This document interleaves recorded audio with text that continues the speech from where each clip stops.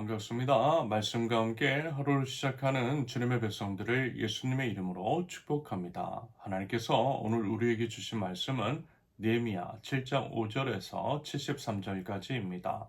본문은요 5절에서 7절까지만 봉독합니다. 귀족들과 관리들과 일반 백성을 모아서 가족별로 등록시키도록 나의 하나님이 나의 마음을 감동시키셨다.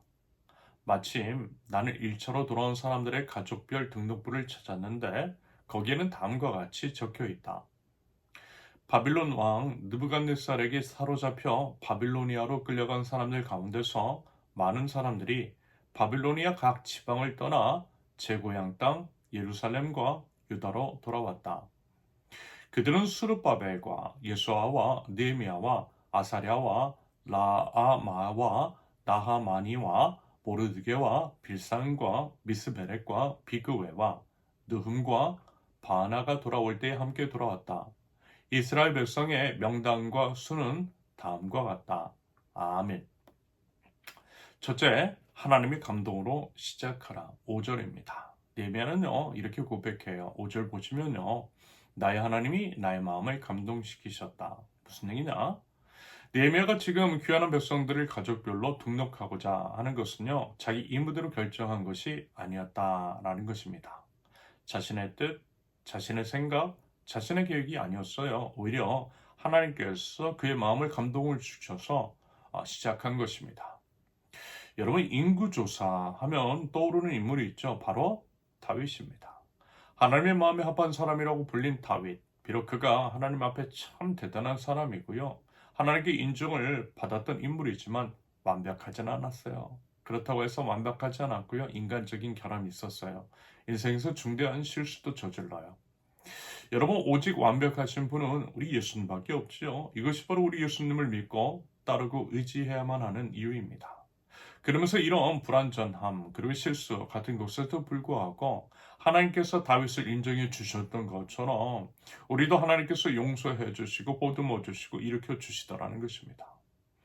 아무튼 다윗이 저질렀던 죄악 중 하나가 말년에 했던 인구조사였어요. 그것은 분명 자기 욕심에 따른 것이었어요. 그래서 심판받았던 겁니다. 하지만 느헤미야는요 오직 하나님의 감동에 따라 이 일을 시작하고 있습니다. 맞아요 여러분. 우리는 우리의 계획이나 생각이 아니라 하나님의 마음을 먼저 구해야만 합니다. 하나님의 마음, 하나님께서 주신 감동에 따라 하나님의 뜻을 이루는 우리는 하나님 나라 백성입니다. 부디어 모든 일에 기도와 간구로 하나님의 뜻을 먼저 구하고 하나님의 감동에 따라 움직일 줄 아는 하나님 나라 백성, 저와 여러분들이 있을 수 있기를 바랍니다. 둘째, 하나님은 내 이름을 기억하신다. 6절에서 69절까지입니다. 본문을 보면요. 다양한 그룹의 사람들이 기록되어 있어요. 그러면서 구체적인 숫자까지 기록이 되어 있는 것을 우리는 확인할 수가 있습니다. 그러면 여러분, 이와 같은 것이 의미하는 것은 과연 무엇일까요? 그것은 우리 아버지 하나님께서 한 사람도 잊지 않으신다라고 하는 것들을 보여주는 것 같아요. 모든 사람 한 사람이 귀하다라는 거죠. 아울러 각자의 역할이 중요하다라고 하는 것들을 강조하는 것 같습니다. 여러분, 우리 아버지 하나님께서 바로 그런 분이시다라는 거예요. 하나님은 우리의 머리털까지 다 세고 계신 분, 우리를 소중히 여기시는 분, 우리를 기억하시고 우리를 구원해 주시는 참 좋으신 아버지 하나님이신 줄로 믿습니다. 부디 모든 상황 속에서도 설령 아무도 날 알아봐 주는 사람이 없는 것 같은 그 공허한 심정 가운데에서도 그 아버지 하나님, 그 하나님을 믿고요. 그 하나님을 의지하며 승리할 줄 아는 하나님 나라 백성들, 저와 여러분들이 있을 수 있기를 바랍니다. 셋째, 하나님의 뜻을 구할 때까지 기다리라. 61절에서 65절까지입니다. 61절과 62절을 먼저 보시면요. 가문이 밝혀지지 않아서 이스라엘 자손인지 아닌지를 알 수 없는 사람들 642명이 등장합니다. 63절과 64절을 보시면요. 심지어 제사장 중에서도 그런 자들이 있었다라고 합니다. 이들은요. 그들의 조상이 확인되지 않았기 때문에 제사장 직분을 맡기에는 적합하지 않다라고 생각해서 그 직분을 맡지 못하게 했대요. 당연한 거죠. 제사장 직분은 거룩하기 때문입니다. 지난번에도 한번 말씀을 드렸듯이 포로 귀환해서 포함을 시키는 것과 제사장 직분을 맡는 것은 별개의 문제죠. 그만큼 하나님을 예배하는 일, 그것을 돕는 일이 거룩하다라는 것입니다. 한편 여기서 우리는요, 중요한 원칙을 하나 발견합니다. 65절을 보시면 우림과 둠밈을 가지고 판결을 내릴 제사장이 나타날 때까지 그들에게 가장 거룩한 음식을 먹지 말라고 명령합니다. 확실하지 않으면 뭐라는 거예요? 기다리라는 거예요. 확실해질 때까지. 족보를 확인할 수 있는 자들 또한 순종했습니다. 거짓으로 위장하지 않았어요. 다만 증명할 수 없었을 뿐인데 이 부분을 인정하고 기다렸던 것입니다. 이런 것들이 말하자면 거룩하신 하나님을 인정하는 하나님 나라 백성이 가져야 할 마땅한 태도이겠죠. 여러분, 우리도요 이럴 때 있을 거예요. 뭔가 좀 이제 불확실할 때, 그럴 때 이제 성급하게 판단하지 말아야 할 것입니다. 거짓으로 꾸미지 말아야 한다는 거예요. 그러면서 이제 본문에서 우림과 둠밈은 하나님의 뜻을 묻는 도구, 이스라엘이 우림과 둠밈을 통한 하나님의 뜻을 기다렸던 것처럼 겸손히 엎드려서 하나님의 뜻을 구하는 것이 우리가 가져야 할 마땅한 태도인 줄로 믿습니다. 넷째, 능력대로 헌신하라. 66절에서 73절까지입니다. 돌아온 회중의 수는 모두 42,360명이었다라고 합니다. 그러면서 지도자급부터 해서 모든 백성들이 각자의 능력대로 건축기금 내놓았대요. 그 기금은요, 획일적이지 않았던 것 같습니다. 각자의 능력에 맞게 자발적으로 납부했던 거죠.